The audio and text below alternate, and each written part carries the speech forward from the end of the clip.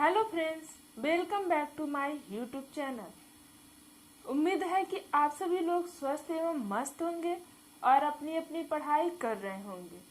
कल हम लोगों ने आधुनिक प्रकार के कुछ रेशों के बारे में पढ़ लिया था। आज हम लोग नेक्स्ट टॉपिक देखेंगे परिसज्जाओं के बारे में। परिसज्जाओं के बारे में थोड़ा सा हम आप लोगों को बता दें कि अभी तक हम लोगों ने पढ़ा था कि किन किन तंतुओं से एक धागे का निर्माण होता है और किस प्रकार से तंतु का निर्माण किया जाता है। जैसे कॉटन से कैसे कॉटन के तंतु निर्मित किए जाते हैं, रेयन के तंतु कैसे निर्मित किए जाते हैं। और तो इस प्रकार से हम लोगों ने देखा था अभी तक कि तंतु के निर्माण कैसे किया जाता है और उसकी क्या क्या विशेषताएं। लेकिन हम लोग देखेंगे कि आज सिर्फ और सिर्फ परिसज्जाएं, ये जो तंतु होते हैं इनको बिना परिसज्जा दिए, बिना फिनिशिंग दिए ये पहनने योग्य नहीं होते हैं। तो हम उसी चीज पे चर्चा करेंगे कि इन जो वस्त्र होते हैं उन पर किन किन परिसज्जाओं के द्वारा उन्हें पहनने के योग्य बनाया जाता है।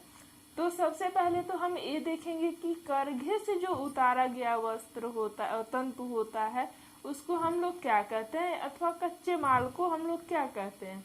तो करघे से उतारा गया जो वस्त्र होता है अथवा परिसज्जा रहित जो माल होता है उसको हम लोग ग्रे गुड्स के नाम से जानते हैं।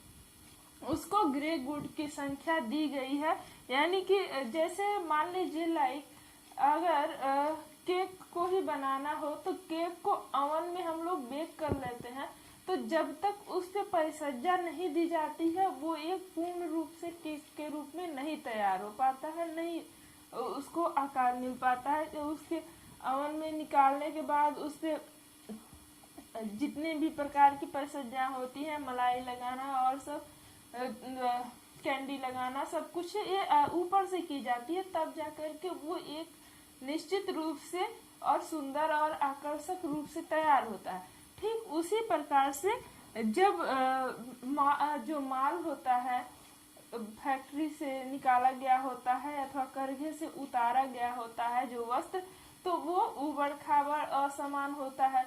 तो असमान रूप को समान रूप देने से, खुरदुरा को कोमल बनाने के लिए क्या किया जाता है, परिसज्जा दी जाती है। तो जब कच्चा माल के रूप में होता है, वो करघे से उतारा गया भी होता है, तो उसको हम लोग ग्रे गुड्स की संज्ञा देते हैं, ग्रे गुड्स के नाम से जाना जाता है। ठीक है, यह मौलिक रूप से जो होता है वो बाजार में बिकने के योग्य नहीं होता है, क्योंकि यह काफी भद्दा और खुरदुरापन होता है। तो भद्दा और खुरदुरापन, और जैसे कि हम लोग देख सकते हैं कि मान लीजिए कोई स्वेटर ही है अथवा हम लोग सिलाई ही करते हैं जब, तो उससे उसको काटते वक्त या फिर बुनते वक्त क्या होता है, कुछ असामान्य अशुद्धियां उसमें लग जाती हैं, जैसे तेल लग गया, धूल लग गया, ये सब। तो जब तक उसको फिनिशिंग, उसको साफ नहीं किया जाएगा वो भद्दा दिखेगा। तो जब करघे पर इस जो सूत निर्माण किया जाता है तो उस समय बहुत प्रकार की अशुद्धियां उसमें लग जाती हैं, जिनको दूर करने के बाद ही वो बाजार में बिकने योग्य होते हैं, इसलिए भी फिनिशिंग देना आवश्यक हो जाता है। तो जो ग्रे गुड्स होता है वो परिसज्जा के उपरांत ही पहनने के योग्य बन सकता है, ऐसा हम लोग कुल मिला जुला करके कह सकते हैं। ये एग्जाम पर्पज से बहुत ही मोस्ट इम्पोर्टेंट है। जैसे पूछा जाता है कि ग्रे गुड्स क्या है, तो करघे से जो उतारा गया वस्त्र है उसी को हम लोग ग्रे गुड्स के नाम से जानते हैं, कच्चे माल को ग्रे गुड्स के नाम से जानते हैं। ठीक है, तो हम लोग इसकी थोड़ी सी परिभाषा देखेंगे। हॉलन, सैंडलर एवं लैगफोर्ड के अनुसार परिसज्जा को तंतु, सूत्र या वस्त्र पर बुनाई या नीटिंग से पहले या बाद में संपादन में परिवर्तन हेतु की जाने वाली क्रिया के रूप में परिभाषित किया जाता है। ये भी जो हॉलन, सैंडलर एवं लैंगफोर्ड है, इन्होंने एक परिभाषा दिया है कि परिसज्जा क्या है। तो परिसज्जा को उन्होंने बताया है कि यह तंतु अथवा सूत्र अथवा वस्त्र अथवा नीटिंग के पहले या बाद में की जाने वाली परिवर्तन ही परिसज्जा है, यानी कि उसको पूर्ण रूप से परिष्कृत परिवर्तन कर करके ये सुंदर, कोमल और स्वच्छ बनाया जा सके, उसी को इन्होंने परिसज्जा का नाम दिया है। ठीक है, अब हम देखेंगे परिसज्जा से मिलते जुलते कुछ अन्य शब्द। तो परिसज्जा जो होती है वो कई प्रकार से होती है। अस्थायी परिसज्जा, स्थायी परिसज्जा, नवीनीकृत परिसज्जा और मिल से निकाली गई परिसज्जा। तो इस प्रकार से कुछ अन्य शब्द भी हैं जो परिसज्जा से रिलेटेड हैं, जो उतना इम्पोर्टेंट नहीं है, बट परिसज्जा का उद्देश्य बहुत ही इम्पोर्टेंट है एग्जाम पर्पज से। तो हम लोग देखते हैं परिसज्जा का उद्देश्य। तो परिसज्जा का जो वो उद्देश्य है वो वस्त्र के बाह्य स्वरूप को आकर्षक बनाना।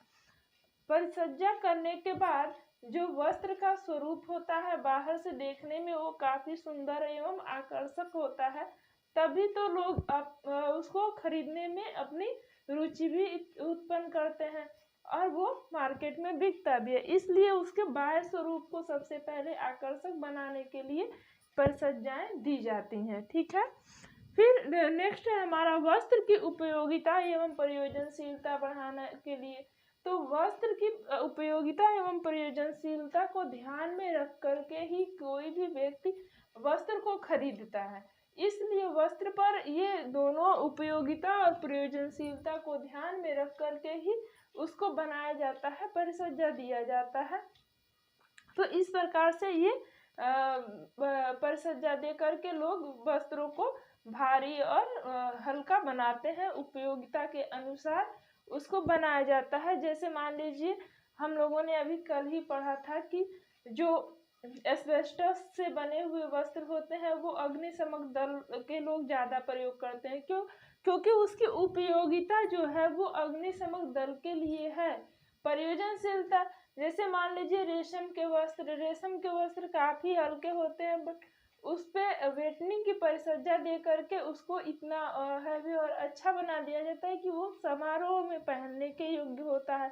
तो उसकी प्रयोजनशीलता को ध्यान में रख करके उसमें वो परिसज्जाएं दी जाती हैं ताकि वो काफ़ी आकर्षक एवं सुंदर दिख सके।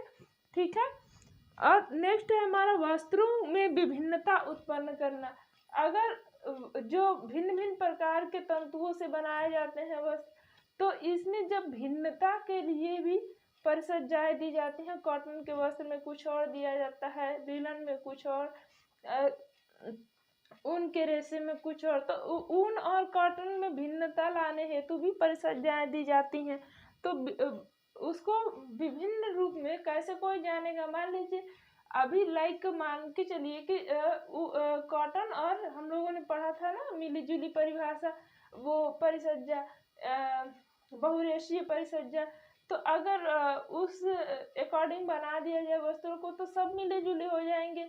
मतलब पीईटी और पीसीडीटी जो हम लोगों ने पढ़ा था, तो उस प्रकार के हो जाएंगे। तो अंतर नहीं पता चल पाएगा कि कौन सा वस्त्र प्योर कॉटन है, कौन सा वस्त्र जो है वो बहुरेशीय धागों से बना हुआ है। तो वो तो उसमें विभिन्नता उत्पन्न करने के लिए भी परिसज्जाएं दी जाती हैं। ठीक है, अनुकरण वस्त्र बनाने के लिए, वस्त्रों के महत्व को बढ़ाने के लिए भी परिसज्जा दी जाती है। अगर वस्त्रों के महत्व को बढ़ाने के लिए परिसज्जाएं न दी जाए, उसको डायरेक्ट करके से उतार करके मार्केट में बेची जाने लगे तो उसमें कोई इंटरेस्ट नहीं लेगा खरीदने के लिए, क्योंकि वो काफ़ी भद्दी और तेल धब्बे लगे हुए दिखाई देंगे। तो इसलिए उसके अनुकरण को बढ़ाने के लिए भी परिसज्जाएं दी जाती हैं। ठीक है, नेक्स्ट है वस्त्रों को कड़ा करना और वजन बढ़ाना। वस्त्रों को कड़ा करना और वजन बढ़ाने के लिए भी परिसज्जा, हम लोगों ने रेशम देखा, रेशम को भी कड़ा करने के लिए हम लोगों ने परिसज्जाएं किया और उसमें वेटनिंग की परिसज्जा करी जाती है। सरल रख रखाव हेतु परिसज्जा, वस्त्र को आसानी से उसका रख रखाव साफ सफाई किया जा सके, इसके लिए भी परिसज्जा देना आवश्यक होता है। तो ये सभी रहे परिसज्जा के उद्देश्य, जो कि एग्जाम पर्पज से बहुत ही इम्पोर्टेंट है और इनको देना भी बहुत ही आवश्यक है, क्योंकि करघे से उतारा गया वस्त्र जो होता है वो पूरी तरह से पहनने योग्य नहीं होता है। ठीक है, क्लियर है। देखेंगे परिसज्जा को प्रभावित करने वाले कारक अथवा तत्व। जो मुख्य रूप से जो परिसज्जाएं होती हैं उनको दो कारक प्रभावित करते हैं। एक तंतु की प्रकृति और दूसरा है बुनाई की विधि। तंतु की प्रकृति उसके भौतिक गुणों पर निर्भर करती है कि वो किस प्रकार का तंतु है, किस प्रकार से रासायनिक विधि द्वारा निर्मित किया गया है अथवा प्राकृतिक विधि द्वारा निर्मित किया गया है, तो उसके भौतिक प्रकृति पर यह निर्भर करता है। तो इसलिए उसको मतलब जो तंतु की प्रकृति होती है ये प्रभावित करती है कि वो उसमें जल को अवशोषित करने की क्षमता कितनी दी जाए, उसके फूलने की शक्ति क्या है, घर्षण एवं दबाव, इन सभी चीज़ों को ध्यान में रख करके ही तंतु की परिसज्जा दी जाती है। इसलिए कहीं न कहीं ये प्रभावित करते हैं तंतु को परिसज्जा करने के लिए, क्योंकि उस परिसज्जा के वक्त कुछ गुण ऐसे भी होते हैं जो समाप्त हो जाते हैं, कुछ ऐसे, क्योंकि लाइक आजकल तो रासायनिक विधि के द्वारा ही परिसज्जा दी जाती है और रोलर्स के द्वारा ही दी जाती है, यांत्रिक विधि के द्वारा ही, तो इसलिए थोड़ी सी इसमें असहजता होती है परिसज्जा देने में। तो तंतु की प्रकृति प्रभावित करती है परिसज्जा देने में वस्त्र को। और नेक्स्ट है बुनाई की विधि। वैसे तो जो जो परिसज्जा की सरलतम विधि है वो यांत्रिक विधि है। ठीक है, उसकी सबसे सरलतम विधि यांत्रिक विधि है, लेकिन बुनाई किस प्रकार से की गई है ये मैटर निर्धारित करता है कि उसमें किस प्रकार की परिसज्जा दी जाएगी। लाइक मान लीजिए तानना हुआ, इस्त्री करना हुआ, रुआ उठाना, नक्काशी करना, रोगन लगाना और विरलता को दूर करने के लिए माड़ अथवा गोद लगाना। तो ये सभी परिसज्जाएं जो होती हैं वो एक रेशें धागे, दो रेशें धागे और बहुरेशीय धागे से जब वस्त्र तैयार किए जाते हैं तो उन पर थोड़ी सी कठिनाई होती है यांत्रिक विधि द्वारा परिसज्जा देने में। ठीक है, क्लियर है। हम लोग देखेंगे परिसज्जा प्रक्रियाओं के प्रकार। परिसज्जा प्रक्रियाओं के जो प्रकार है वो मुख्य रूप से 4 प्रकार है। तो इसमें हम लोग पहला देखेंगे आधारभूत एवं प्रयोजन के अनुसार परिसज्जाएं। आधारभूत एवं प्रयोजन के अनुसार जो वस्त्रों पर परिसज्जाएं दी जाती है वे परिसज्जाएं हैं वस्त्र को सीधा करने के लिए, इस्त्री करना और सफेदी लगाना, रोआ व गांठ को काट करके एक समान वस्त्र को बनाने की जो परिसज्जा है वो आधारभूत प्रयोजन के अनुसार परिसज्जा में आता है। ठीक है, नेक्स्ट है आर्द्र एवं शुष्क परिसज्जा। आर्द्र एवं शुष्क परिसज्जा वो होता है जिसमें विरंजन, सिकुड़न और रोधकता बनाने के लिए वस्त्र पर परिसज्जा दी जाती है। ये आर्द्र विधि से दी जाती है। और ब्रश करना और रोओं को काट करके अलग करना, टेंटरिंग की परिसज्जा जो दी जाती है, ये सभी परिसज्जाएं क्या है, शुष्क परिसज्जा के अंतर्गत आती हैं। नेक्स्ट है तीसरा रासायनिक एवं यांत्रिक परिसज्जाएं। जो रासायनिक एवं यांत्रिक परिसज्जा है वो प्रायः मशीनों द्वारा ही दिया जाता है। ये सभी परिसज्जाएं जो होती हैं वो शुष्क होती हैं, शुष्क विधि से दी जाती हैं। जिनमें यंत्रों का उपयोग होता है वो सभी परिसज्जाएं रासायनिक एवं यांत्रिक परिसज्जा के अंतर्गत रखी जाती हैं।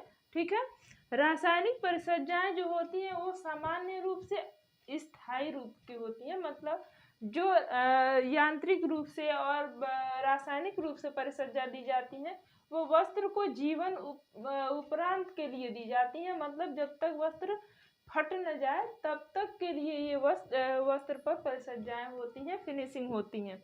ठीक है, तो ये जो वस्त्र परिसज्जा होता है वस्त्र के तंतु की संरचना को पूरी तरह से परिवर्तित कर देता है और यह उसके जीवन उपरांत तक कह सकते हैं कि ये रहता है। ठीक है, नेक्स्ट है चौथा सौंदर्यात्मक व क्रियात्मक परिसज्जाएं। सौंदर्यात्मक एवं क्रियात्मक परिसज्जाएं जो होती हैं वो डिजाइनर और व्यावसायिक दृष्टि से की जाती हैं कि इसका मतलब कि जब लाइक हम लोग देख सकते हैं कि कोई भी वस्त्र जब तक सुंदर नहीं दिखेगा, वो कार्य के अनुकूल नहीं होगा, तब तक हम उसको नहीं खरीदेंगे। ठीक है, जैसे मान लीजिए कि कोई भी वस्त्र हो, जब सुंदर दिखता है, छूने में कोमल, सुंदर और बहुत ही मुलायम अच्छा दिखेगा, तो हम उसी वस्त्र को लेंगे। और कार्य के अनुसार जब वस्त्रों को लेंगे तो हम देख लेंगे कि कौन सा वस्त्र है जो गर्मी के अनुकूल है, सर्दी के अनुकूल है, बरसात के अनुकूल है। तो उसके अनुकूल, जब उसी के अनुकूल या अकॉर्डिंग हम कह सकते हैं, जब वस्त्रों को लेते हैं तो उसी को हम लोग कहते हैं सौंदर्यात्मक एवं क्रियात्मक परिसज्जा। तो मौसम के अनुकूल वस्त्रों को बनाने के लिए, उसमें सौंदर्यपन लाने के लिए, ताकि छूने में कोमल, स्पष्ट और सुंदर लगे, तो उसके लिए ये परिसज्जाएं दी जाती हैं दोनों प्रकार की। तो इस प्रकार से हमारा हो गया 4 प्रकार से परिसज्जा। ठीक है।